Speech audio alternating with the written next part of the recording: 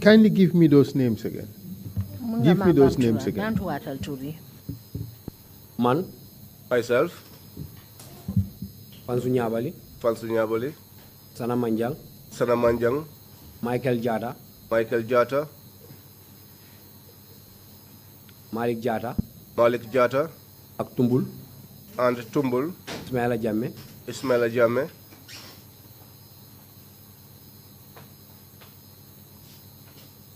Did you mention Sanna? Sanna, wa Sanna Manjang. Yes, Sanna Manjang. Afuna suma hel dal ñi la mëna jappada. I think these are the individuals that I can recall. Okay. Thank you very much.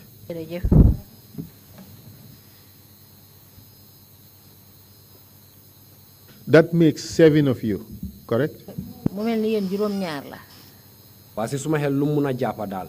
Yes, by what I can recall. Ñame bi su fekkee ne keneen nang fatam suma hel su ko laalee mën naa leen a wax. But if there is someone also who was a part of it, if I recall any time, I'll let you know. Do you recall how many vehicles were used? Moto yi daal dem na si ñeneen wala juróom daal su ma fàttewul. ñeneen wala juróom waaye passé wul juróom. The vehicles were about 4 or 5, but they could not be more than 5.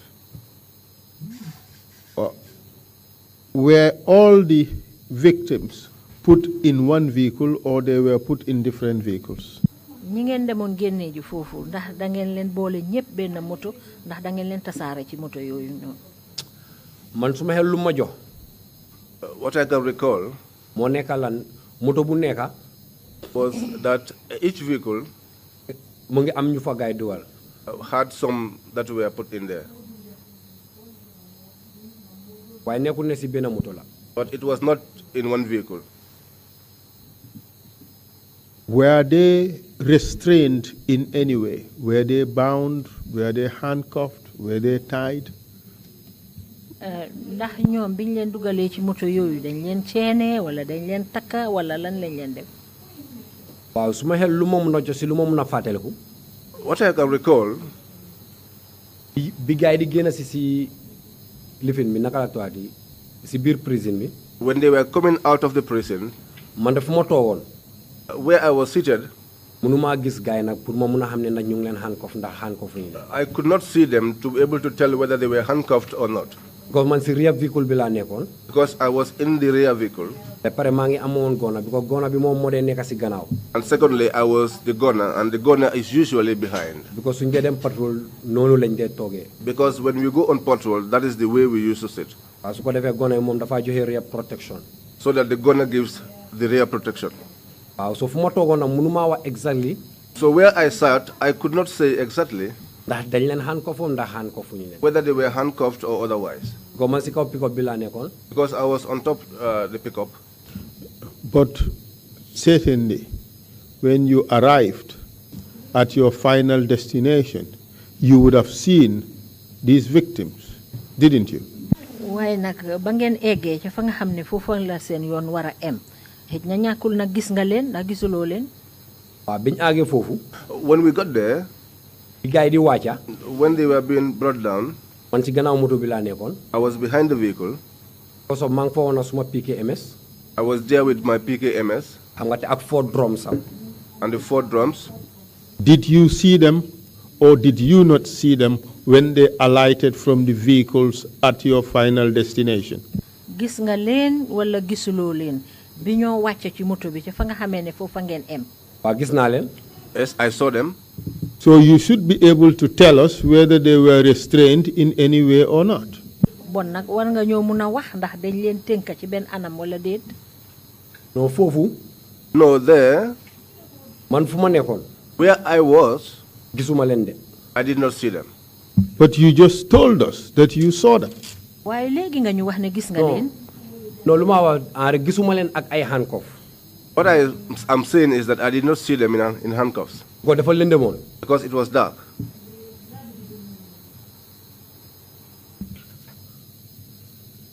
Okay.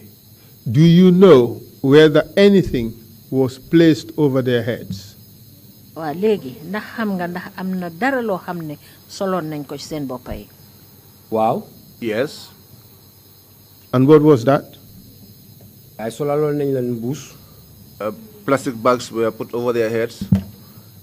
At what point, or from what point, did you first notice that plastic bags were placed over their heads? yow ci fan ak ci kañ nga seetlu ne am na mbuusi nylon boo xam ne sol nañ ko ci seen boppa yi. moo nekk mile 2. That is at mile 2. So when they were being brought into the vehicles, you saw or you noticed that plastic bags were put over their heads? Yes, I noticed that. mu ngi mel ni bi ñoo dugga ci biir moto bi ci nga seetlu ne ñu ngi leen solal mbuus yooyu. waaw parce que kenn laa si gis. Yes, because I saw one. moo nekk lan kuñ dugal suñ moto. And this was the person that was brought into our vehicle. And that person, did you notice whether the person's hands were in his or her front or behind? waaw kenn kooku ñu dugal ci seen biir moto bi nga nekkoon yow ndax seetlu nga ne ndax loxoom yi dafa nekkoon ci kanamam wala dafa nekkoon ca gannaawam. non wax dëgg ne yàlla mënuma wax ndax loxoom yi mu ngi woon si kanamam wala mu ngi woon si gannaawam. To God, I cannot say whether his hands were in front or behind. parce que man gannaaw laa joxe woon. Because I gave him my back. so bu gaay di dugal si moto bi time boobu laa gestu ma xool suma gannaaw. So, but when they were being brought into the vehicle, that was when I turned and looked behind. si laa jot a gis mbuus bi waa ji mu ngi dugal moom mbuus baa ngi si boppam. That was when I saw this guy coming in with the plastic bag over his head. Was this normal? ndax loolu lu faral di am la. déedéet loolu normalu de. No, that was not normal. And what came to your mind the moment you saw this person being shoved into your vehicle with a plastic bag over the person's head? yow bi nga gisee kooku ñu ko dugal ci biir moto bi nga nekkoon ñu sol mbuus ci boppam bi yow lan nga xalaat lan a ñëw ci sa xel. waaw suma xel xalaat na lu bari. I thought about many things. waaye. But ci jamono boobu. at that point in time, mënuma wax ne. I could not say comme lu demee noonu dina happen. that what happened was going to happen. parce que man lu ma doon xalaat rek. Because what I was thinking xëy na suñ jógee mile 2. was that maybe if we left mile 2, dañoo yóbbu gaay NIA. that we would take them to the NIA. You had participated previously in taking detainees from mile 2 prisons to NIA, correct? yow bokkoon nga ci ñoo xam ne dañoo jël ñoo xam ne ñu ngi leen jàpp ci mile 2 prison di leen yóbbu NIA bokkoon nga ci yooyu balaa loolu. waaw bokk naa ci. Yes, I was part of it. And in transporting them from NIA, from mile 2 prison to NIA, would you normally put plastic bags over their heads? jamono ji jooju nag buñ leen daan jëlee mile 2 di leen yóbbu NIA ndax di ngeen daan faral di jël mbuus di ko sol ci seen boppa yi. déedéet. No. Why would you believe on this particular occasion that these people were being taken to the NIA with plastic bags over their heads? lan moo war a tax nag bii yoon nga foog ne ñu ngi leen a yóbbu NIA te fekk ñu ngi leen solal mbuus yi seen boppa yi. parce que. Because bu ma startee dem NIA. when I started going to the NIA, lu ma dee gis yëpp diggante boobu ak mile 2. what I used to see between there and mile 2 moo nekk lan ku ñu fa jëlee. was that whenever they took somebody away, dañ laa indi mile 2. dañ laa indi NIA. they will bring you to the NIA. suñ la jëlee NIA. And when they take you from the NIA, suñ paree delloowaat la mile 2. then after they will return you back to mile 2. waaw lii laa doon gis. This is what I used to see. waaye keroog bu ma gisee mbuus bi si boppi nit ñi. But that day when I saw these plastic bags over their head, suma xel bi ñaaw na. I was having doubts in my mind. waaye xaw ma lii xew si. But I did not know what was about to happen. But at this time, it was a well-known modus operandi of the junglers or patrol team that they would use plastic bags to strangle people, to suffocate people to death.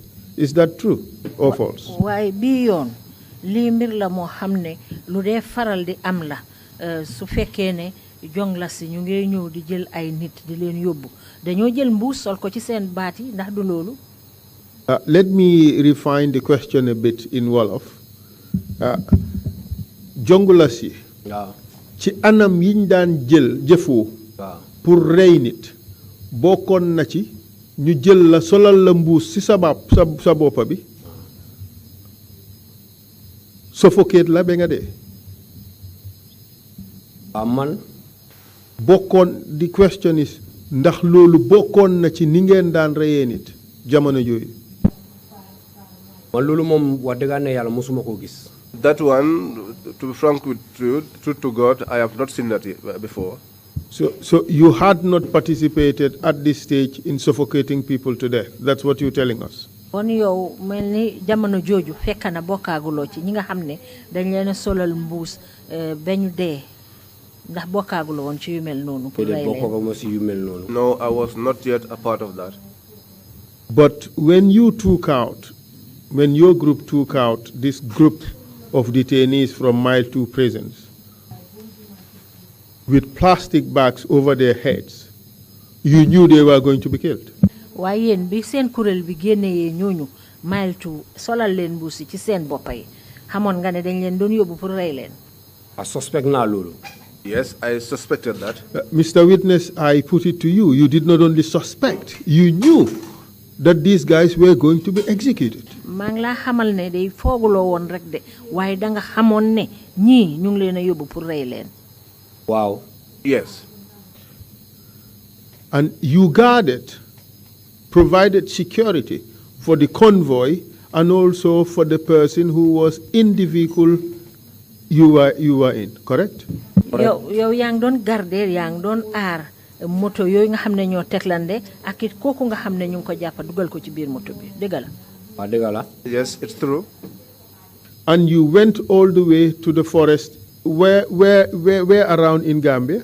te ngeen dem ba ci àll bi àll boobu ban boor la nekkoon ci biir Gambia. loolu dafa nekkoon si guddi.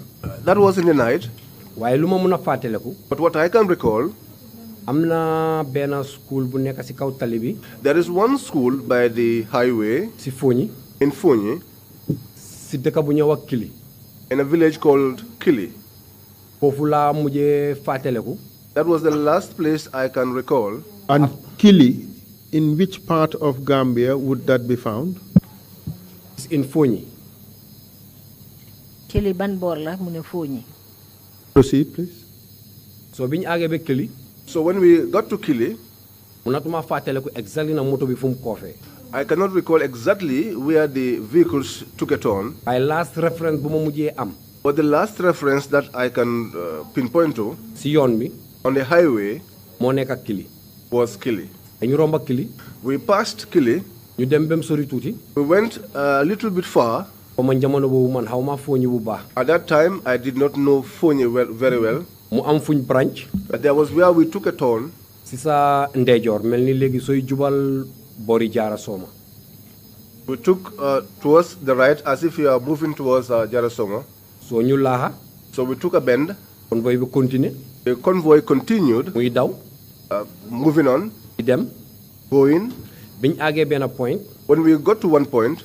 lampi moto yi ñu fay ko.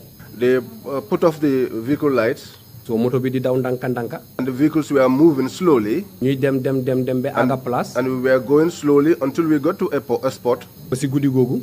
In that night, moto yi taxaw. The vehicles stopped. Why do you think the vehicle lights were turned off? loo foog ne moo tax ñu fay lampi moto yi. xëy na bi dañ bañ pour nit ñi xam ne rek ñu ngi fa. Maybe they did not want anyone to know that we were there.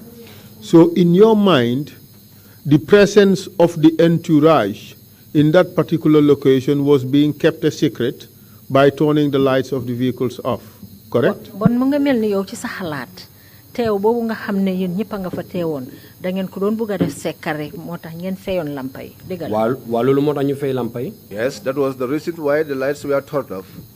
Okay, and proceed, please. eggalil. So biñ àggee. So when we got there, ba ñoom fuñ bëgg moto yi taxaw. until where they wanted the vehicles to stop, moto yi taxaw. the vehicles stopped. So léegi. So now, ñoom ñu wàcca. they alighted. biñ wàccee. When they alighted, ñu nekk si moto yëpp ñu wàccee leen. those that were in the vehicle were all brought out. So biñ leen wàccee. When they were all brought down, man si suma boppa. myself ak ñaabali. And Nyabali, parce que ñun always soo amee gona da nga am ku wax loader. because us, when you have a gunner, you always also have a loader. ko Nyabali moo nekkoon suma loader bi by that time. And Nyabali was my loader at the time. soo déggee loader moo nekkalan ku la téyel drum yi nga xam ne moo amee lifini naka nakal tar keesi bayl are bali. If you hear a loader is the one who normally will hold the bullets. so gars yi ñoo ñu ne ñu yéen. And so they said to us, for you, toog leen fini. you sit here ngeen seetal ñu moto yi. and watch over the vehicles. Who gave you that order? kan moo leen jox ndigal boobu. ndigal boobu wax dëgg neex yàlla mënatuma fàttaliku nag kan si biir team bi moom moo ma joxoon ndigal boobu. That order, to be frank with you, I cannot recall now who gave that order. And you know why that is the case? Because it never happened. mu ne xam nga li tax loolu dafa nekkan ne musta am moo tax mun loo ko fàttaliku. comme naka baalal ma nga bantuwaat. soo gisee nga ne mënuloo ko fàttaliku dafa musuta am sax. da nga di ko fàttaliku. You see, Mr. Witness, in all the episodes or incidents of murder you are alleged to have been involved in, you started by dissociating yourself from physical involvement in the murder by telling us that you stood watch, you were far away from events, you were not there, and things just happened. gis nga yow seede bi rey yi nga xam ne yëpp boole nañ la ci yow danga ci génne sa boppa benn nga wax ne danga toogoon ca moto ba di seet wala benn nga ne danga sori woon waaye rey gi ci sa loxo boppa yow bokkuloo ci.